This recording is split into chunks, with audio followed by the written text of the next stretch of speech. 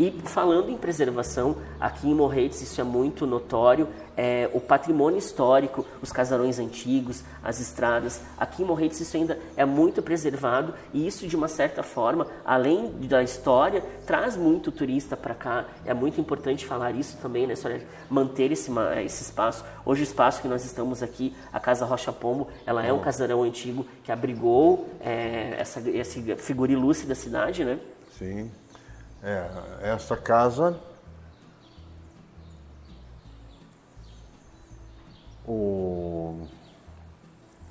tem muita história, né? Tem muita história.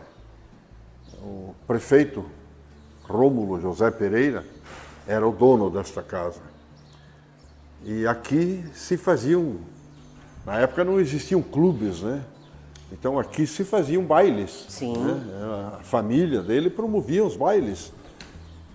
Quer dizer, como uma forma de reunir os habitantes, a sociedade, né, os amigos, quer dizer, preservar muita coisa, né? Então, quem saberá na totalidade quanta história viveu? Sim, o que já né? foi decidido, o que já foi pensado nesses casarios, né? O que já foi... eu sempre lembro muito das revoltas dos cafés que existia no Rio de Janeiro. E eu imagino que aqui em Morretes não tenha sido diferente. Nesses casarões, muita coisa deve ter sido pensada e decidida, muitas decisões importantes e políticas, né? E você veja, é importante quando se fala desta casa, se falar em Fernando Amaro de Miranda. Fernando Amaro nasceu em Paranaguá, mas com 6 anos veio morar em Morretes, né? E aqui estabeleceu-se, né? Ficou aí. Infelizmente, com 26 anos ele faleceu, né? Mas ele era o organizador dos bailes aqui nesta casa. Então, a história, veja como vai, né?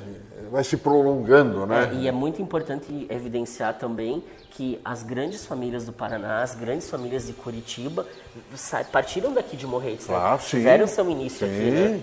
Isso com certeza. E o Fernando Amaro tem uma história, que é história, né? Ele era apaixonado por uma filha do comendador Dodoca.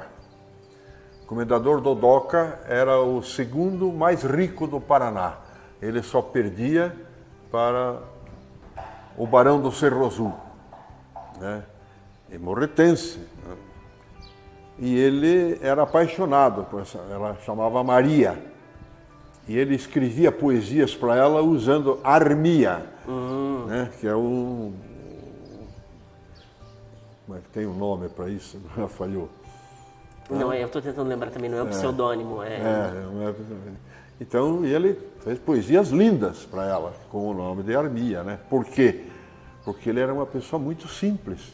E ela era de uma família avançadíssima, né? Então, ficou na história também isso daí, né? Quando a gente fala também dessas histórias que não estão contadas, dessas histórias que não estão narradas, isso é muito importante também, né? Claro. E isso traz lições muito valiosas, tanto para o presente quanto para o futuro das nossas gerações, que é o que a gente tenta preservar, né? Que é o que nós, historiadores, tentamos trazer. E dentro disso... É importante só para que fique registrado, o comendador Dodoca, é assim que ele era conhecido. Era um apelido, mas ele era conhecido como... O nome dele é Antônio Ricardo dos Santos, né? Sim, daí o diminutivo Dodoca. Exatamente. E quando a gente falando da linha de trem como turista, né? O turismo aqui na cidade também é alavancado já tem algum tempo, né? Dentro do patrimônio, dentro dessas histórias que se tem. Veja só, uma das coisas na cidade que eu sinto que infelizmente nós não exploramos, né? Nós temos locais aí que são históricos, né? Por exemplo, lá onde está hoje a ponte de concreto, podia ser explorado turisticamente, porque ali era a Baixada das Lavadeiras, né? Ali chamava-se Baixada do Rubicundo, né? Ali tinha muita história, né? Ali fica a famosa Cachoeira da Vergonha, Cachoeira da Vergonha, por quê? Porque na época de grande fase dos canoeiros, né, que na época eles chamavam de remeiros, nenhum conseguia subir aquela cachoeira ali. Tinha que descer, né, ele e os outros que estavam lá, e empurrar a canoa. Então, passavam vergonha. Passavam vergonha. Então, Cachoeira da Vergonha. Quer dizer, isso podia ser explorado, né? Botar alguma coisa lá que chamasse a atenção, né? Os nomes antigos das ruas, né? Nós temos Rua do Fogo, Rua dos Mineiros, Rua do Carvão, né? Rua do Campo, Rua Direita, Rua do Comércio. Isso, numa plaquinha embaixo do nome atual, chama a atenção do turista. Que contasse Desperta a história curiosidades. O porquê do nome da rua, né? né? Para cada vez mais a sensação de pertencimento, né? Claro, claro. E aí leva a um conhecimento maior, né? Rua do Comércio. Por quê? Porque todo o comércio ficava naquela rua ali. Era o forte do comércio, era ali, né?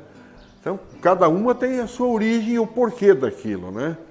Então, isso explorada turisticamente traz grandes resultados para a cidade.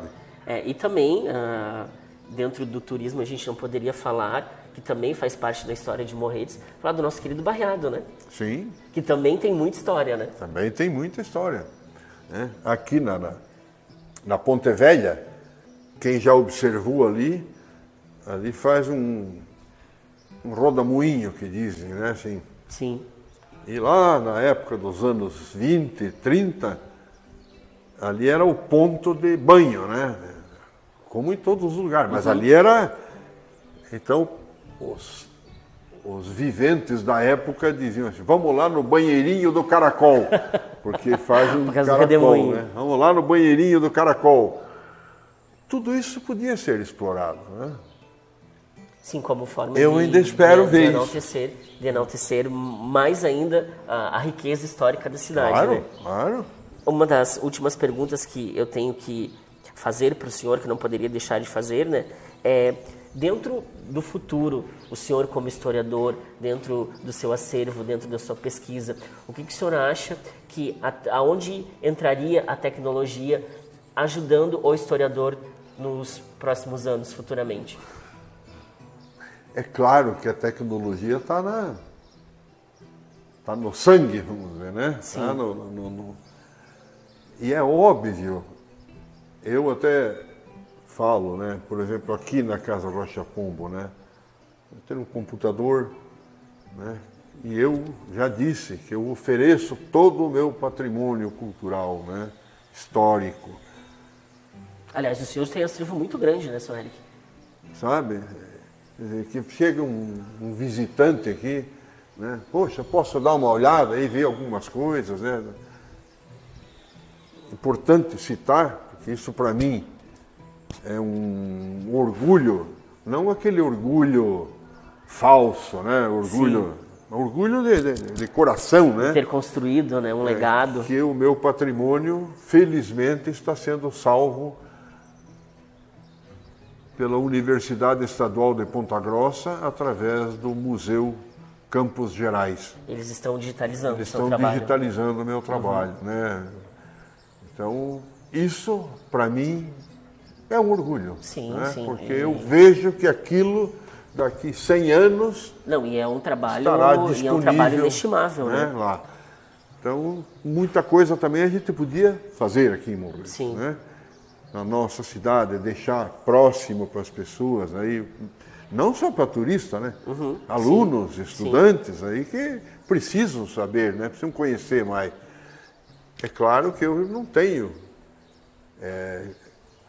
condições de ir na minha casa receber todo mundo, mas o que eu posso fazer, eu faço.